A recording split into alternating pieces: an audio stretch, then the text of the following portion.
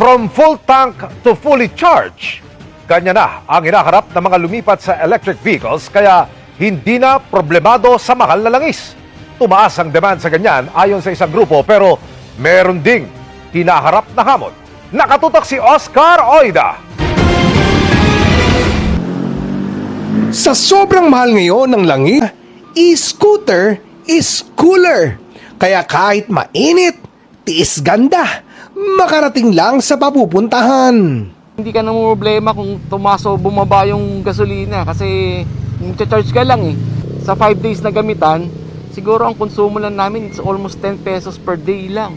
Tipid din nila sa maintenance kahit pa minsan may mga extra challenge. Pero alam din niyang sa katagalan ay tatamaan din siya ng epekto ng sumisirit na presyo ng krudo.